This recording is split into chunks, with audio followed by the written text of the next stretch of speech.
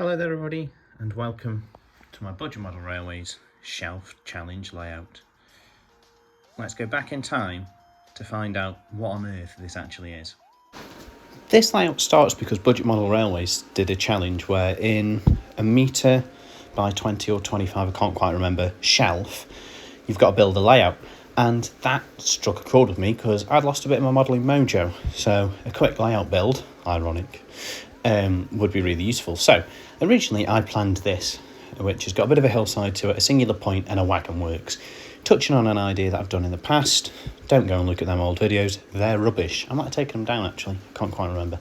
Anyway, basically wagon works are a fun idea, you don't see a model too often. This was really simple, just 1 point. 1 point layouts are really fun. Shaw's Cross is one of them, and I spend hours playing about with that. However, I started playing about with the idea of a 3-way point. I can't really remember why.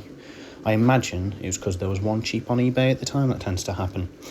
Basically, I bought it and started playing about with a track plan. Now, 3-way points obviously give you a third siding to use, which means more shunting, which is the whole point of this layout, is to do lots and lots of shunting. You can see here I'm mocking up some buildings and all that sort of stuff. All this was bought really cheaply. Then built a bit of a hillside, did some ballasting, and got the layout to a semi-scenic point. Miles off being done, and it still is miles off being done, but you can kind of see the crux of the layout coming through here.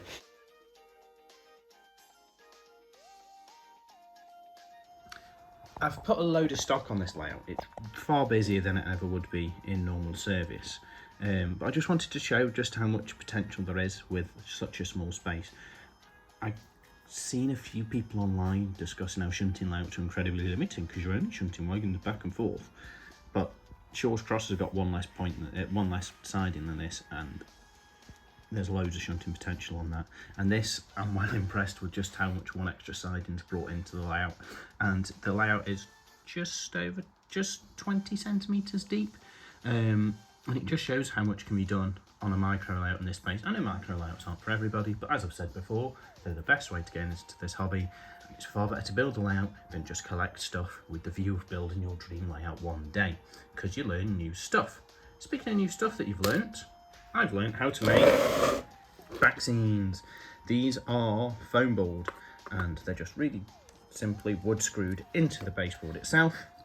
And I painted them in a way that I've never done before. I have spray painted them grey, and then had another grey go over the top of that, and then I've like sponged it, you know, like dab sponge with different shades of grey to create this overcast grimy look that I want, because the whole point of this layout that it's meant to be different to what you'd usually see, and usually you'd have a nice blue back scene, wouldn't you, with like specific details picked out, whereas this I've tried to keep it really generic, as if to draw the point into the models that are running, and just the back scene just creates that bit of a grimy, grotty feel, and not necessarily a great place to be. You can see where I was a bit of a fool and tried to screw it in upside down. Shouldn't have done that, learnt my mistake there. So I need to fill them in and repaint them, but it shouldn't be too much trouble. Before I go on to any of the details of the actual layout, I'm just going to strip all the stock off just so I can see it a little bit easier. But as you can see, fit loads of stock in here. Yeah, it's great fun. Heavily advise shunting micro layouts. With the stock removed, you can see how actually this layout is not complete. It's still got a fair bit of work to do to it. But what I have done is added half of a triangle engine shed, converted it using some plasticard to try and look a little bit like a warehouse. Again, it just creates a little bit more of an urban feel across this side of the layout. It's had some plasticard to brick up the windows. Also used some wooden plasticard to cover up the window here on the engine shed. The engine shed itself is only a Dapol engine shed kit that obviously has now been turned into the wagon works. The history is maybe that this was originally the loco shed for the railway, for the light railway, but it got bigger, and as such this became redundant and eventually was converted into the wagon works. As such, not a lot of money's been spent on it, and they've just decided to, when one of the windows fell through, they just decided to block it up with some wood. It needs some more work done to it, but the basic idea is there. It needs more weathering and things like that. The shed itself and the warehouse have been weathered using the same paints and painted using the same paint, so they look like they sort of fit together.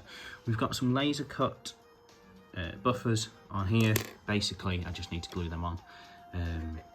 I need to trim away some of the ballast humps, to be honest with you. I've tried to go really patchy with it, but actually I'd maybe like to put a little bit of greenery going through the middle just to add a little bit of visual difference to the urban side of things. We've got a triangle crane here, which actually works, but I won't be using it working. Again, it's a little bit of to all the visual interest, but also some pictures that I've seen of various sites on railways had cranes for lifting heavy loads and things, and including things like wagon bodies.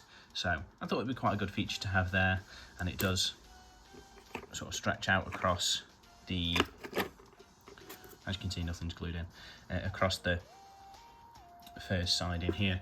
Now on the front here I've got the other side of the engine shed kit here, and instead of plasticarding the whole thing up, I've plasticarded 2 of the windows, so you can kind of see and look through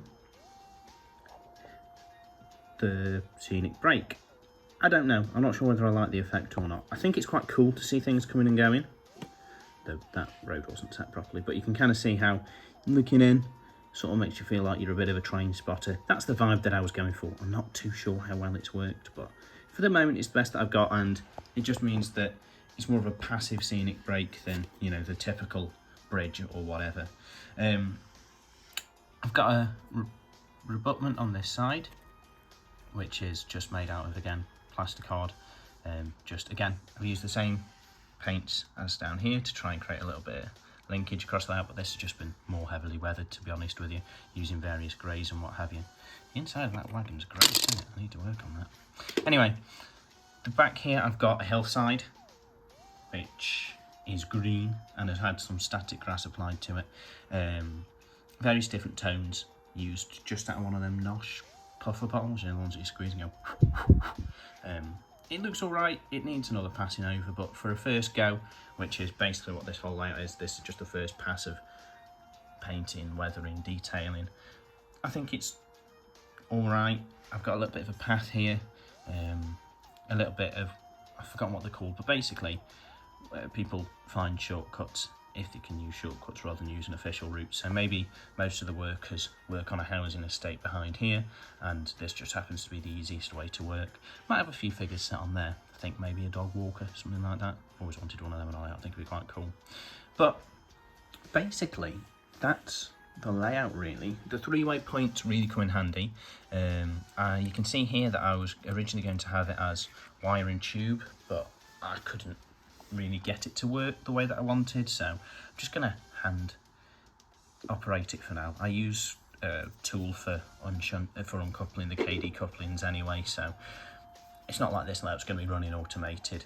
I do need to get a bigger fiddle stick, because the fiddle sticks I've got are designed for Shaw's Cross, which is basically just 2 of these sidings, so I could do with making one that's a little bit bigger, but I need to save up my pennies to get some more track for that. But basically, that's the layout as is.